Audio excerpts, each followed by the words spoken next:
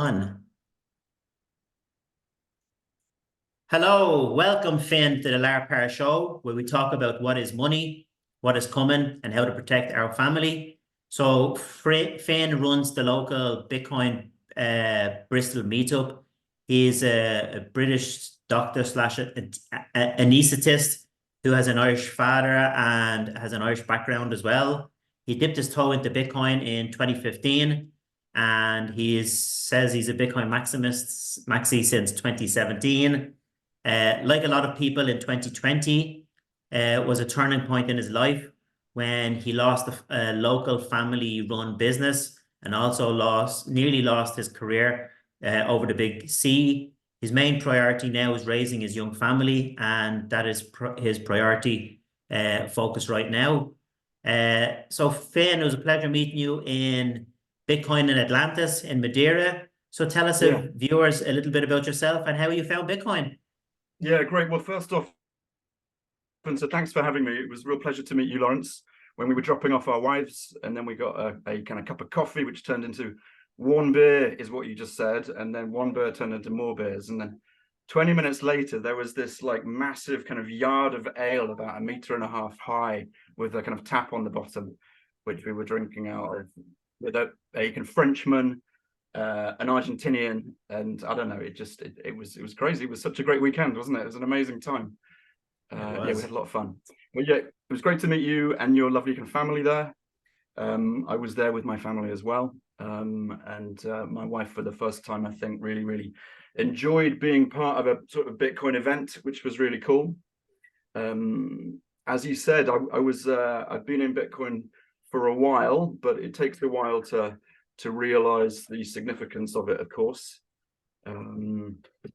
Essentially, I sort of got interested in 2014 after hearing about kind of DMT on the Joe Rogan podcast, and I was on the brink of trying to buy some with some Bitcoin, and then ended up learning more about Bitcoin and about sort of privacy, and then I never sold the Bitcoin, I never bought the DMT, and I've just been going down the rabbit hole really ever since. Yeah, I now run the sort of Bristol kind of Bitcoin meetup, which is a very casual thing, very sort of loosely organized. It's essentially a social kind of piss up, I suppose, might be one way to describe it, every month in Bristol. It's been going on for about 4 years now, which is really cool. And we're looking forward to celebrating a sort of Bitcoin halving for the next meetup, which will be fun as well. Amazing. There's lots to go into, and so you just kind of guide me. Yeah, well, you just take it away. You know what I mean? So from initially your first touch on Bitcoin, yeah, how has it developed since then?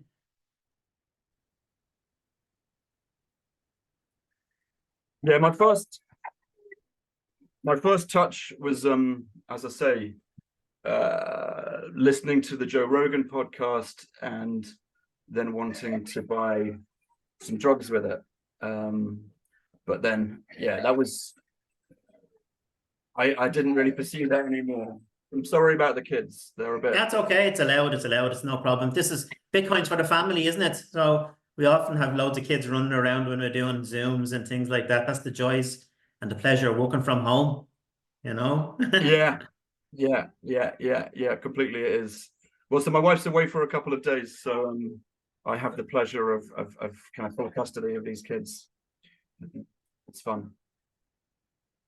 Yeah, also I was involved in a project called 21ism, which was a Bitcoin arts project in about 2019, 2020 for a couple of years, and I was doing some podcasting myself, interviewing people in the space, and so writing a lot of articles. We had a good year of really putting out some amazing content and speaking to some inspiring people, and kind of building quite a reputation. I was doing that with a fantastic group of other Brits. And then unfortunately during COVID, when things got a bit, things started to close in a bit, quite a number of people in the group were wanting to sort of refocus on their family and things. So unfortunately, we had to put the project on hold, and it's been on hold for the past few years now.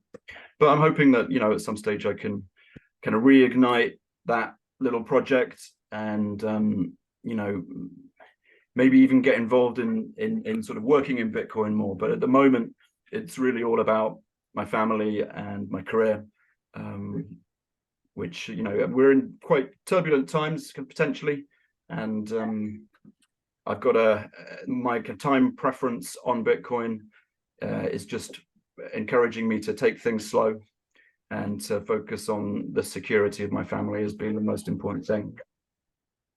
Yeah, yeah, it is very important because as we know, and people that are aware of macro developments, we can see what's coming in the micro closer to us. And it might seem like a lot of way out there thinking, but it's not really, you know. There's CBDCs coming, they're looking at changing the currency, the fiat system is Yeah, broken. We're in a probably big debt spiral. The yeah, governments don't want to acknowledge that, and don't want to put their hands up to it that they actually caused it, and they're causing all the pain for the people. Yeah, the money's broken, and people need to just yeah, learn about it. completely. And there's no point waiting for a new government or a new elections coming in. People need to do their homework and protect themselves now, because these Yeah, people aren't there to protect us, and we've seen that for the last 20, 30, 40, 100 years, you know? yeah, yeah, completely. I mean, you know, there's who knows what's coming around the corner, and I think we need to be using the tools of Bitcoin to protect ourselves. You know, there's been a lot of distraction recently with the price and with kind of ETFs, but you know, that's just a sort of a third-party instrument that you know, that's not gonna count for anything if we get infrastructural kind of breakdowns in our society.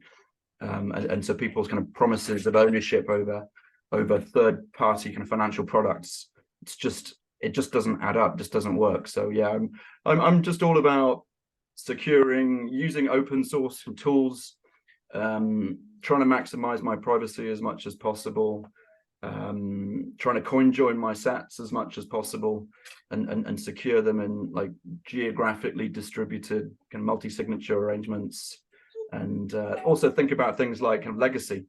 Yeah, because you know that's an important thing that isn't entirely fixed. We're some way towards it, but yeah, I want that to get easier. Yeah, definitely. And so let's bring it back to your story a little bit. What happened in 2020 then in your industry? What happened in your thing? You're like in working in a hospital, something like that. Yeah, Yeah. yeah. Explain to us a little bit, tell the viewers what happened there. I'm in a hospital in kind of Bristol. I'm a consultant anaesthetist here, and I've been working here for about 5 or 6 years. But when it came to COVID and the vaccination sort of mandates, I quite early on made my mind about what my path would be, and I just kind of stuck to my guns. There was a number of people. It's a fairly small hospital that I work in. There was a number of people within the hospital who had the same kind of opinions as me. We drew a line under vaccination, and we were pushed essentially right to the limits. You know, quite a number of conversations with kind of management, and attended a few of the kind of protests in sort of London about it, and it went right down to the last week or the last kind of few days, after which we were expected to receive our notice. A month or so after that, we'd expected to not be able to work in our respective careers in England. So I was looking to either sort of locum part-time and go to Wales, or even we were considering leaving the UK entirely, and looked into going to Mexico and Central America. But you know, and so fortunately, there was a backtrack by the government, partly because of the resistance that a lot of doctors, health professionals, and other people in this country were able to provide. And yeah, I feel lucky that I was able to keep working. And so throughout the whole pandemic, we've moved house. I've had another child, the one in the corner there. And yeah, it's been a busy and expensive period. So yeah, having the security of a job during that time was was really important.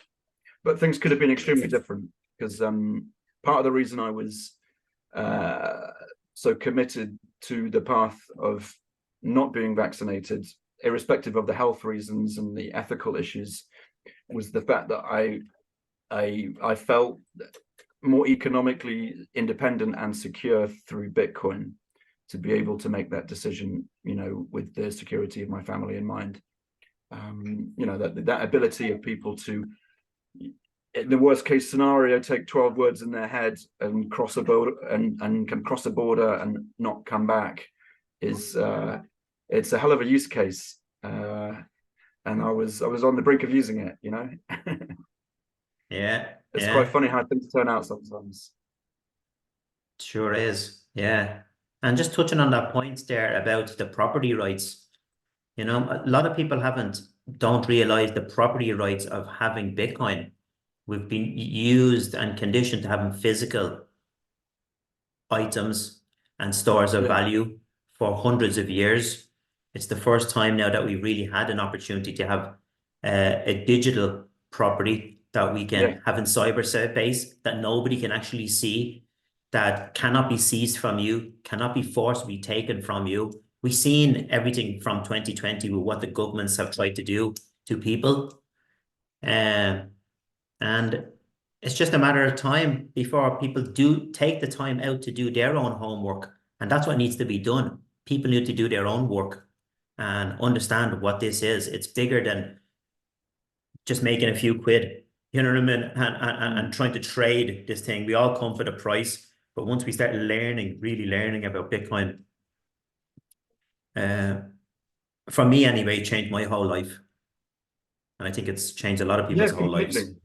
completely. And so in terms of the number go up, the properties have been kind of programmed in to be very similar to gold, and to gold on sort of steroids, of course, as I'm sure you and your listeners all know. So there is that sort of number go up kind of quality, but there also is a very radical new form of ownership that people can have over this asset class. And in the internet age, that is a hell of a tool. And it does give you a lot of kind of self-confidence, I think.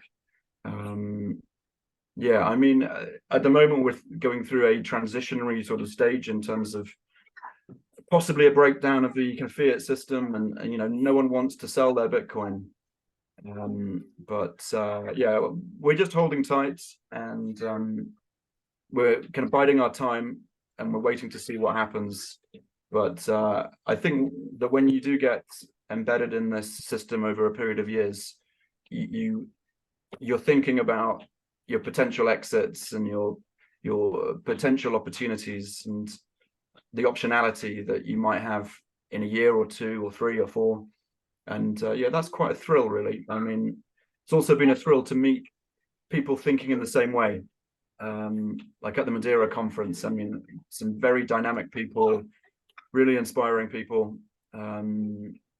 Yeah, I think that's one of the most important things right now. I don't know how things are in Ireland.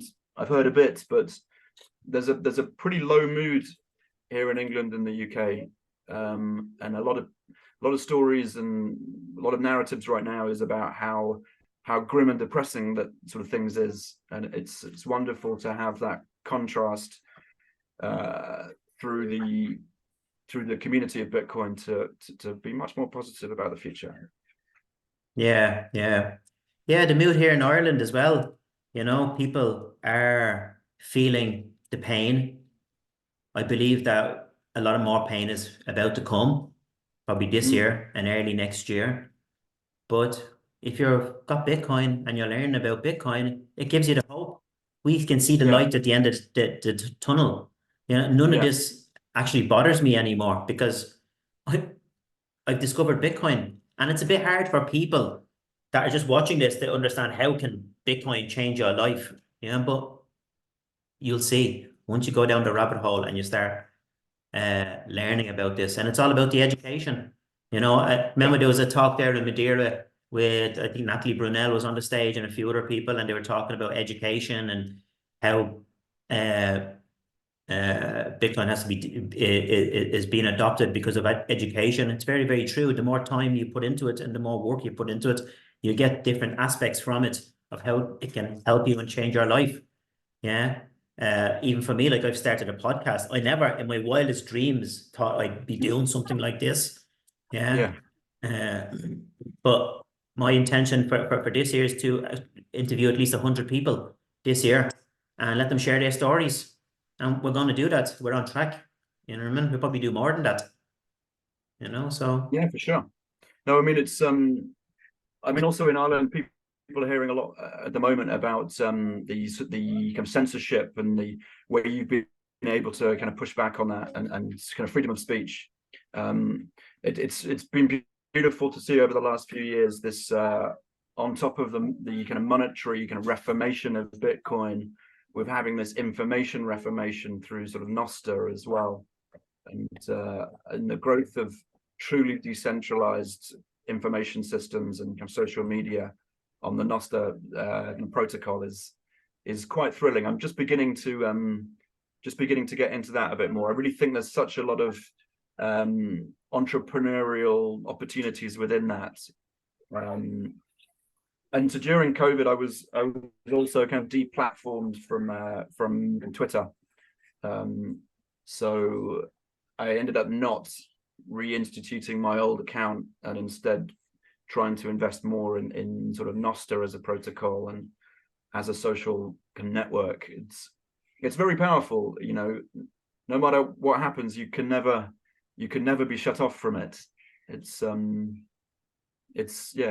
quite incredible. And to have developed a reach and a certain voice and a certain number of kind of followers on sort of Twitter, and then just be completely blocked off from it, was a real kind of lesson in how, in the weaknesses and the faults of that centralized kind of media system, we really do need an alternative that cannot be controlled, and we got it now. Yeah. And it just shows when you start looking at things and looking at things a little bit deeper, everything, like, and mostly 99% of the stuff around us is all centralized.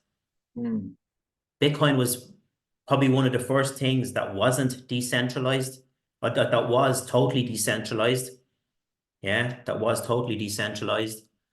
And all these social medias, we touched there on a little bit about like freedom of speech and everything. It's all being capped, or it's all being monitored, and it's all being controlled more and more. So our freedoms are being taken away from us slowly. You know what I mean? Gradually, Sure. gradually, then suddenly.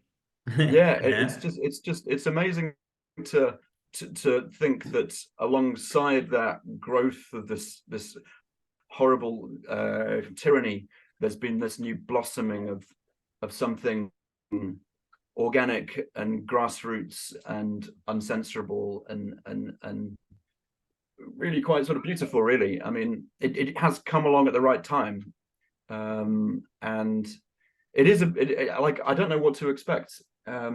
Like, how much of a breakdown can we have of the centralized control systems of our government and our banks? I mean, there's such a lot of people who are going to really struggle with the transition, because we're like children now, aren't we? Or a lot of us are. We're very irresponsible, and in terms of our health and our money and our education, and you know, we just accept what we're told, a lot of us. And I think a lot of people have given up control and given up ownership of some of the things that you mentioned there, and we've handed it out to other people that we thought are going to protect us, but it turns out that they're doing more damage to us when you really look in it, and you start digging for yourself. You know what I mean? Especially with our health, our monetary system, maybe our educational system, so many aspects around us have been just gone from probably good or better to a lot worse. Yeah, completely. I mean, at the Madeira conference that we went to, in terms of, I think one of the observations that was made was the amount of new families that were there. You know, for the first time, people were seeing, you know, lots of young families. That was a much major part of the conference than I think any other. And yeah, you're really seeing these new models for family units, for education, even for kind of residency. You know, there was some interesting new kind of models of people maybe not spending the whole year in Madeira or in other places around the world, but maybe kind of decentralizing their time a little bit and kind of crowdsourcing the education amongst a kind of collective or as a group of people, obviously doing a lot of it online. Yeah, some really optimistic, new thinking people in the space, and it is a breath of kind of fresh air to most of the people who, you know, you end up working and living with in this country at the moment, whose expectations of the future have become quite bleak, I think. Yeah. Yeah, definitely. Yeah. Breath of fresh air. That's what it is, isn't it? Yeah. It is. It is. And I guess that when you've And got kids, you know what, as well, Finn, it's our insurance as well.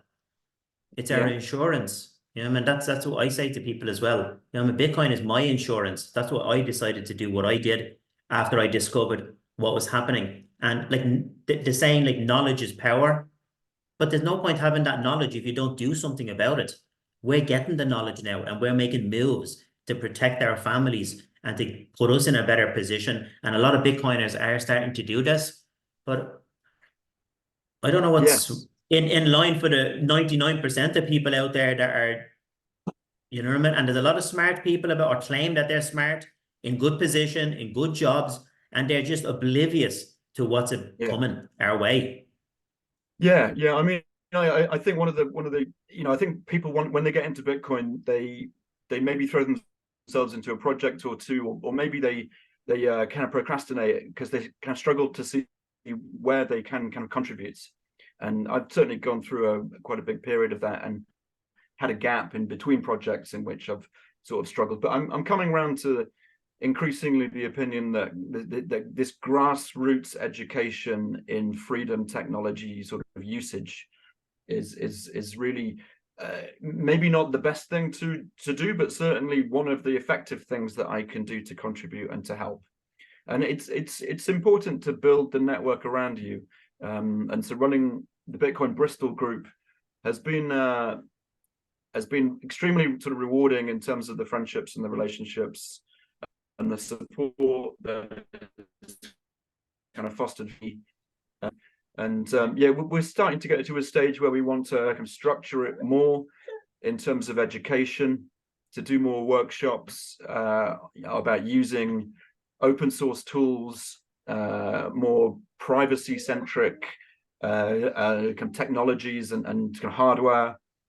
So that's the phase I'm entering now, I think. I'm a bit of a kind of geek, and I'm going to be I've recently been kind of dabbling. I've tried a few kind of node sort of platforms, and I've really enjoyed and had quite a bit of success with this kind of Start9 Labs, and so kind of Start OS as a kind of node platform that you can kind of download for free and install on any hardware that you want, really. So I've been collecting old school Lenovo kind of ThinkPads, and I've started installing Start OS on them, and I'm going to be kind of distributing them to people at the meetups, maybe just kind of selling them and kind of shipping them around the UK to plebs and things who are interested in learning more about these tools. But I mean, they're really, really great devices. You can kind of core boot them to make them even more kind of privacy centric, and you can really have that as your kind of base platform through which to coordinate all your Bitcoin transactions. So you have your hardware wallets. Yeah, okay. Yeah, Have your explain that a laptop, little. which is If you can privacy explain centric. that, if you can explain that a little bit more in detail, Yeah, yeah. Just briefly, So like, yeah, but not too yeah, complex. You know what I mean? so I mean, the way I guess I think about it is, the first step is to get interested in Bitcoin, and it's about supporting it in the correct way, the way in which it was designed, which is by the radical kind of self-custody that we talked about, which involves taking your Bitcoin off exchanges and holding the private keys to that Bitcoin in your own kind of physical kind of custody. So what people do is they withdraw it from a Bitcoin exchange and they put it onto a hardware wallet. And on the hardware wallet, that's a device that secures the keys offline from the internet, and you can intermittently connect or communicate that hardware wallet with a Bitcoin application to make transactions, to receive or to send Bitcoin. And what I'm realizing is the power of a cheap laptop with a free open source operating system on it to coordinate that communication from a hardware device to the Bitcoin network. So literally for like £150, you can have a always on laptop that's a full Bitcoin node that runs Sparrow or Spectre, which are open source and so Bitcoin applications into which you plug your hardware device every so often to send and receive Bitcoin. But that's a really cheap, beautiful, secure, and it's a way of communicating with the network that's truly self-sovereign. And I think people need to be thinking quite adversarially about how they use Bitcoin now, because the government's going to come after them one way or another. So we have to use these tools in the correct way. Yeah. Yeah, And it is doable. I think the tools are out there, and it's getting easier and easier. yeah. It's just people, a lot of people don't know about how to do these things, and that's something I've been thinking about myself recently, the last couple of weeks, about setting up my own node. I haven't even done that myself, and I'm all in with Bitcoin, to be honest. Yeah. I told you my journey Yeah, when in the private, yeah. but I want to do that myself in the next probably 30 days, you know. Okay. So Well, maybe we can maybe do I can it. send you one of these laptops. Yeah, If you're interested, I can send you a laptop, and you just view it as a Bitcoin only kind of dedicated sort of device that is always on in a cupboard somewhere. And whenever you want to do a transaction on Bitcoin, whenever you want to send some of the Bitcoin in your cold storage, that's the device through which you do it, and you don't do it through any other device. right. Yeah, but Uh, it's not hard, and it's super private. yeah, that'd be amazing. All right, we'd be definitely up for that. All right, definitely up for that. We can look into that. I recently only got a new laptop, and my old one was in the repair shop getting done, and I was just thinking about maybe could I put a node on that one, that laptop. You know what I mean? Yeah, you probably Uh, could. So with a node, it needs to be always on and always connected, and so to your network.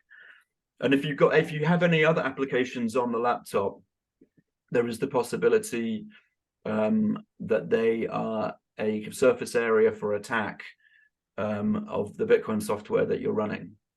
So I think it's much better to think about having a purely Bitcoin dedicated device, which is why a cheap old school £150 laptop is probably better than you thinking about doing it through a laptop that you take out, to work and to coffee shops and on holidays. And yeah, that's not gonna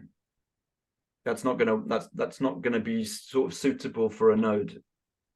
right, okay. Yeah. Something to just leave in the house. Yeah, okay. Definitely looking into that anyway. Perfect.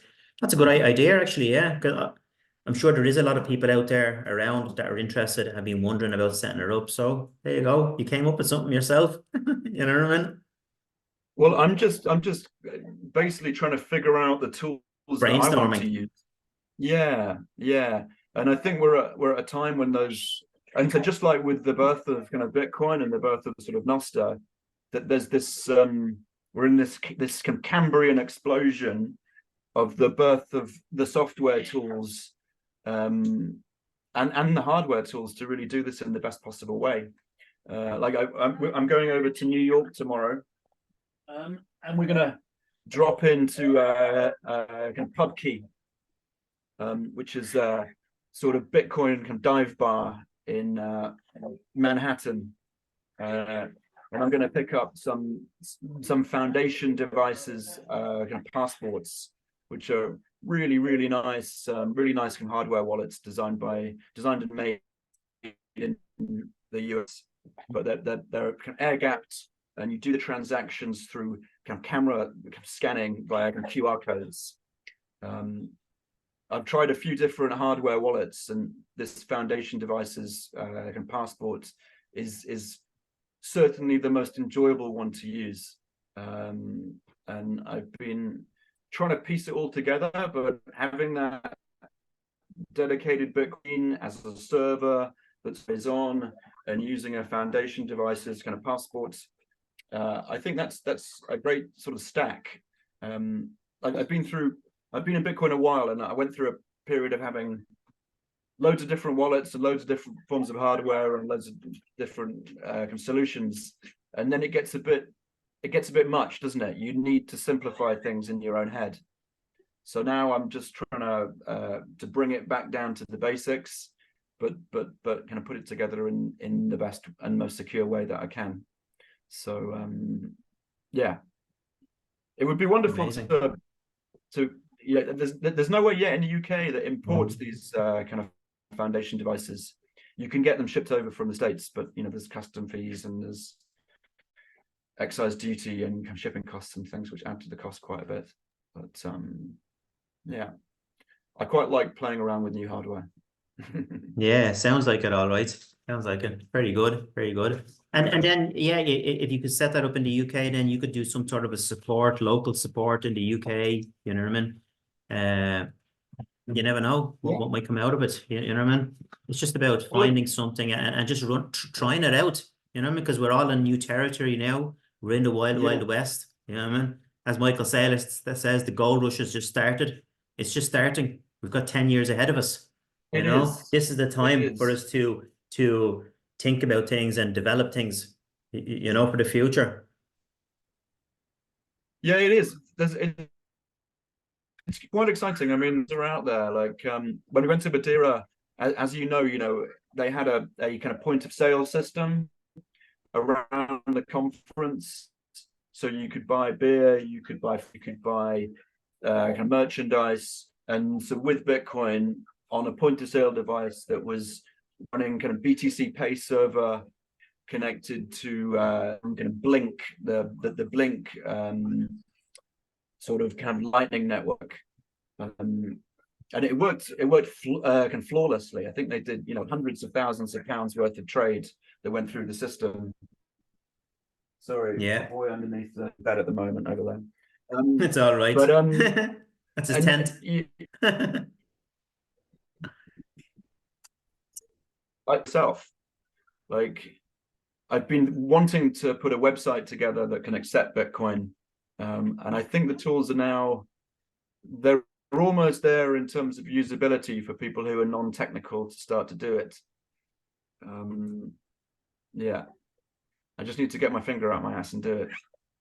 Yeah, for sure. That's what it's all about, isn't it? Just starting to do it, moving, but sounds like you're well ahead of most people anyway. But as we say, sure, you can never stop learning in Bitcoin, can you? And we're always learning new things, and we're No, always learning how to do things better and all along as we go along, isn't yeah, it? yeah. I think maybe, and it's the one way to really understand and learn from other people, of course.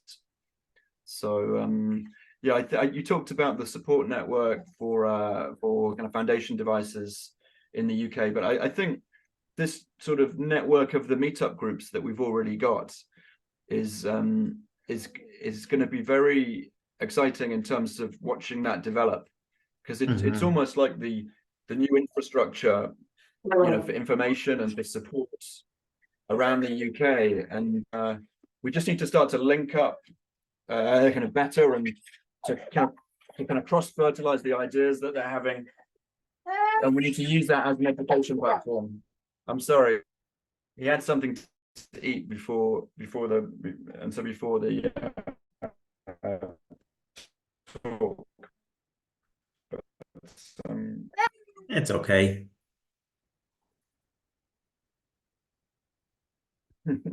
You froze there for a second, you did. You're back on there. Okay. Yeah. You okay, dude?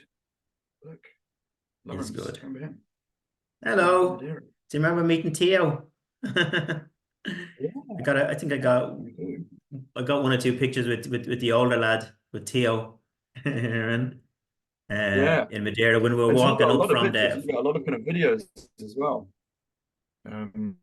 You were posting a lot of content. You're kind of prolific with your content creation. I just like to share it a bit, you know what I mean?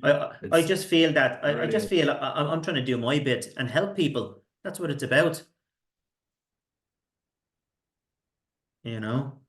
So what's happening with the kind of Bitcoin Ireland conference? Yeah, so the Bitcoin Ireland conference started in 2022. I'm the co-founder of it, and the other co-founder is Dinny. We just came up with it as a simple meetup. That's what it was meant to be. 30 people we thought might, because there was no Ireland Bitcoin meetup at that time in 2022.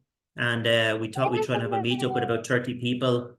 The tickets went to 50, 80, 100, 150. We got nearly 200 people there the first event that we had. Last year, there was nearly 300 people there. This year, we're going for a bigger and a better event.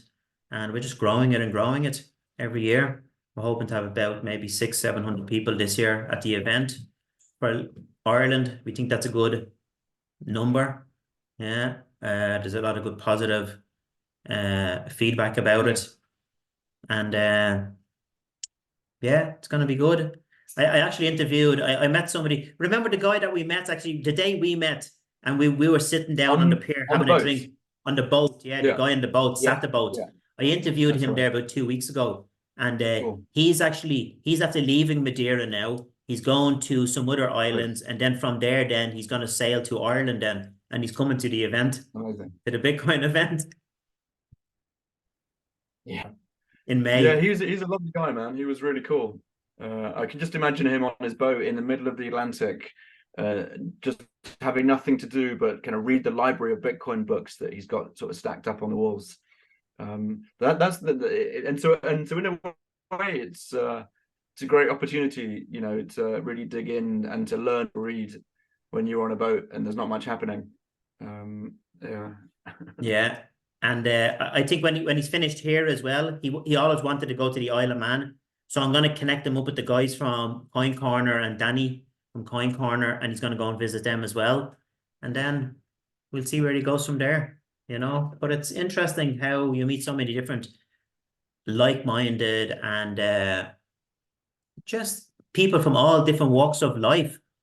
Bitcoin brings us all together, and they're there to help people, other people. You know, it's not all about when you're stuck in the fiat system, you know what I mean? We get sucked into just trying to grab as much as we can. And you know what I mean? People are there and they're just trying to shaft the next person. They don't intentionally think they're going to do it or want to do it. But the whole fiat mindset is about trying to get one over on everybody else. Or if you see a good deal like a property, you're not going to tell anybody about it because your friend will probably go and pay an extra 10 or 20% if you told them about it, you know. But with Bitcoin, we can share the love, we can share the knowledge, we can share about this amazing assets that we found, and we're trying to help people. But a lot of people don't get that yet. They don't understand it. They think we're I don't know, maybe in some sort of a cult or something, or brainwashed. Oh, But I yeah. think they're gonna get a rude awakening in the next 18 months to Yeah. 2 years. But we're in the best cult out there. I mean, if we are a cult, it's the best cult. And I'm very happy to be a part of it. And I'm very happy to raise my kids to be a part of it, because the other people in this cult are pretty fucking cool. And I mean, certainly in terms of the young families and the other kind of kids that we've met, there's some. I think they're a very good influence for my kids to see and to be around. Just that they think more critically. They use their brains. They don't just consume and regurgitate. You can see that they're quite thoughtful people, and they've been encouraged to to think very independently. And we're going to have to do that if we want to survive, because there's some uncertainty around it, I'm sure. Yeah, definitely. What are you seeing in your country, in the UK, regarding these CBDCs? Are you keeping uh, up to date on it, or can you see anything? I see something that was released only yesterday in Reuters about the CBDCs in Europe with the digital euro. What are you seeing over there? What's Um, Sunak planning? I don't know. The guy is just so incompetent, right?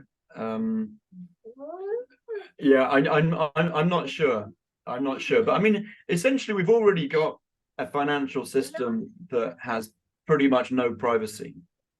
And during COVID, with things like the truckers sort of strike, you know, we saw that people can be deplatformed not only from social media but from their banks, even without having a CBDC. So I think it'll just be a slippery sort of slope into it that might even be imperceptible. It's not like it'll be necessarily a huge launch. It'll just be a slide into something which is just digital slavery. So I think we've just got to slowly slide away from that ecosystem and develop our own networks of economies and trade, and our own circular economies, and start to buy and sell amongst ourselves more. Yeah, yeah. Me myself, I can't. I personally myself uh, can't see uh a change in the system. They're gonna hold on for dear life and try and do as much as they can to keep control of what they've built up for the last couple of 100 years. But some of us will be able to escape that, yeah, if we do our homework. But Yeah, more, it's more. it's very frustrating and quite sad to see friends. I'm sure, and so many Bitcoiners can relate to their frustrations with trying to loved ones interested in this purely for their own kind of protection against what's coming. Even if it's just to give them more financial kind of security, because I mean, I've got so many friends who I just know have made wrong choices, and almost now that they're not getting interested in Bitcoin or not pursuing it because because I've encouraged them, about 5 or 6 years ago and they think they've missed the boat, and I just watch them just go further and further into their entrenched kind of position. And it's a bit of a worry, isn't it? It's quite sad. Yeah. But sure, all we can do is keep trying, isn't it? You know what I mean? And someday, as we all know, you know what I mean, everybody's gonna all paths lead to Bitcoin. They're gonna discover Bitcoin at some stage, and they'll pay the price for Bitcoin, Yeah, the price that they I think. deserve at that time, but hopefully it won't be too late for them, you Yeah, know? I think I've kind of given up on trying to convince quite a lot of people, and I think instead the best thing that we can do is just get on with our lives and essentially kind of kind of be a representation of what the benefits of being involved with Bitcoin are through our own lives and our own kind of families. And then you know, people will start to put two and two together themselves, and they'll see that there's a group of people who seem to be doing a bit better than us, who seem to be a bit happier, who's, I don't know, and they'll want to want to look, and they'll want to look at what we're doing kind of differently.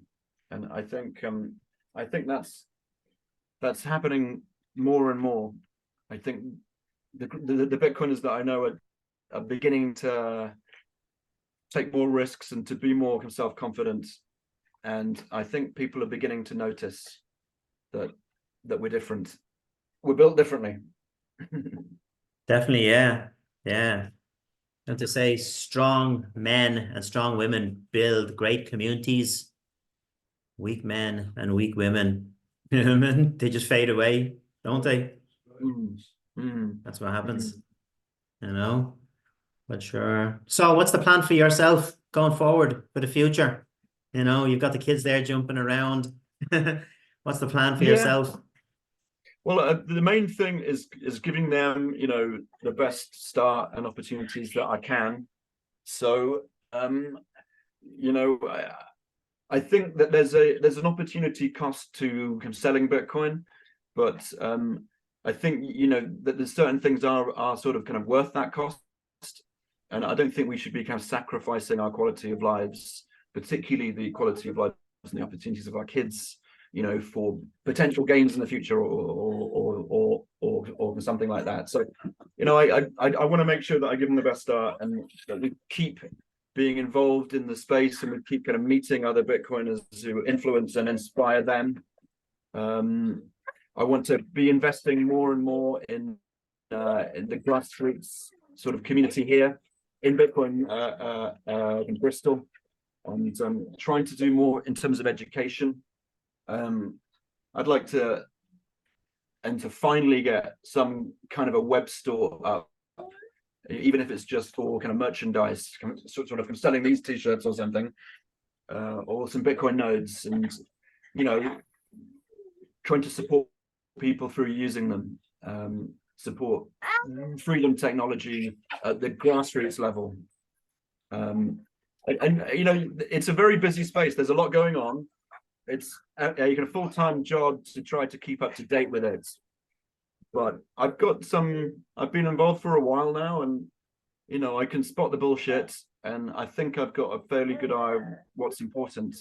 So, you know, helping people who are more new and trying to support them and prevent them from making mistakes, really. Yeah. And same with my definitely kids, yeah you know. Definitely, yeah. Sounds great. So, Finn, if anybody wants to get in touch with yourselves at Bitcoin Bristol for your next meetup, how would they go about doing that?